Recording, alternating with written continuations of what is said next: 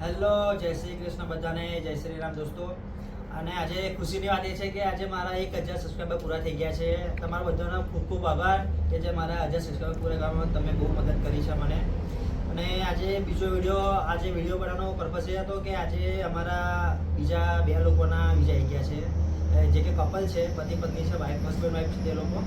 એ લોકોને વિઝા આવી ગયા છે, તેના માટે મેં વિડીયો બનાવ્યો હતો. અને બીજું એ કેવું હતું કે આપણા એક લેડીઝનો મારા પર મેસેજ આવ્યો હતો ફેસબુક પર કે ભાઈ તમે જે વિઝા એપ્લાય કરો છો તે કેવી રીતના કરો છો, કારણ કે તેમને એપ્લાય કર્યા હતા એના એજન્ટ થ્રુ. તે એજન્ટે પૈસા 15-20 હજારમાં ફાઇલ ચાલુ કરાવી હતી, પણ એમના વિઝા રિજેક્ટ થયા છે. તેમનો મેલ પણ આવ્યો છે, તમે મેલ જોઈ શકો છો. મેં તમને મેલ દેખાડી દઉં છું. અને એમનું કેવું છે કે ભાઈ કારણ શું હતું કે એ લોકોના વિઝા રિજેક્ટ થયા છે. એનું કારણ એ હતું કે એમને જે બેંક સ્ટેટમેન્ટ બતાવ્યું હતું તે એમને બહુ ઓછું બતાવ્યું હતું, કેમ કે ઇન્ડિયાના 10-20 હજાર રૂપિયાનું એમનું સ્ટેટમેન્ટ બતાવ્યું હતું કે. અને બીજી ઇન્વિટેશન લેટર બહુ એમનો વીક હતો. હવે આર્મેનિયન ગવર્મેન્ટે શું કર્યું છે કે જે પહેલાં એ લોકો અઠવાડિયામાં જે વિઝા આવતા હતા ને કે ભાઈ આજે એપ્લાય કરો ને અઠવાડિયામાં તમારે વિઝા આવી જાય, તો હવે આર્મેનિયન ગવર્મેન્ટે બહુ સ્ટ્રિક્ટ કરી દીધું છે. તે રૂલ્સ બધા બહુ ચેન્જ કર્યા છે. તે લોકો હવે અઠવાડિયામાં વિઝા આવતા નથી. એનું કારણ છે. અને બીજું કારણ એ છે કે એ લોકો હવે ઇન્વિટેશન લેટર જે આપણે જેવો તેવો યુઝ કરતા હતા અને એમાં જે વિઝા આવતા હતા, હવે એ લોકો ઇન્વિટેશન લેટર પણ હવે એ લોકોને બહુ સ્ટ્રોંગ જોવે છે. જેવો તેવો તમે ઇન્વિટેશન લેટર મૂકી તમે જો ફાઇલ મૂકશો તો તમારું 100% રિજેક્શન જ આવશે અને તમારા વિઝા નહીં આવે.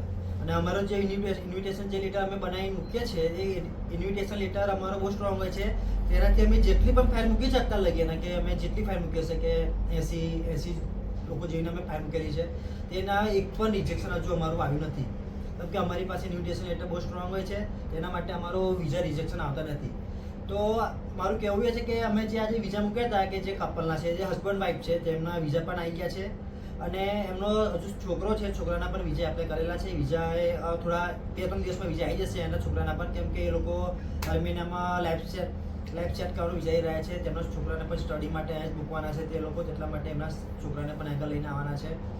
તો મારું કહેવું છે કે તમે જેવા તે એજન્ટને તમે કંઈ કામ આપી દેશો, પૈસા તમારે ઓછા લેશે એ લોકો, પણ એ લોકો તમારા વિઝા રિજેક્શનનું તમારું એ લોકો આવશે જ, કારણ કે એ લોકો ઇન્વિટેશન લેટર બહુ સારું નથી રાખતા એ લોકો. અને અમારી પાસે જે ઇન્વિટેશન લેટર અને જે બધું અમે વિઝા ફાઇલિંગ જે કરીએ છીએ અમારું બહુ હાઈ લેવલનું હોય છે. અને વિઝા રિજેક્શન અમારા હજુ અત્યારે લગી તો 100% આવેલા છે. 1% જો અમારો રિજેક્ટ થયો નથી. તો મારું આજના વિડીયોમાં તો આજે તો અમારું કારણ કે ભાઈ અમે જે વિઝા કર્યા છે એ બધા અમારા જો આવી ગયા છે. અને તમારે કોઈને વિઝા એપ્લાય કરાવવા હોય કે કોઈ ઇન્ફોર્મેશન લેવી હોય તો મને કોમેન્ટ કરી દેજો, કે અમે બધાને હેલ્પ કરીશું.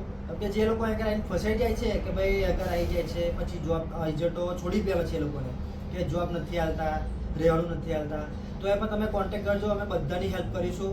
કોઈને મને કોમેન્ટ કરી દેજો, બધાને રિપ્લાય આપી દઈશ. અને જો મારો નંબર પણ હું વોટ્સઅપ નંબર હું ડિસ્ક્રિપ્શનમાં આપી દઈશ, તમે એના પર પણ કોન્ટેક્ટ કરી શકો છો મારો.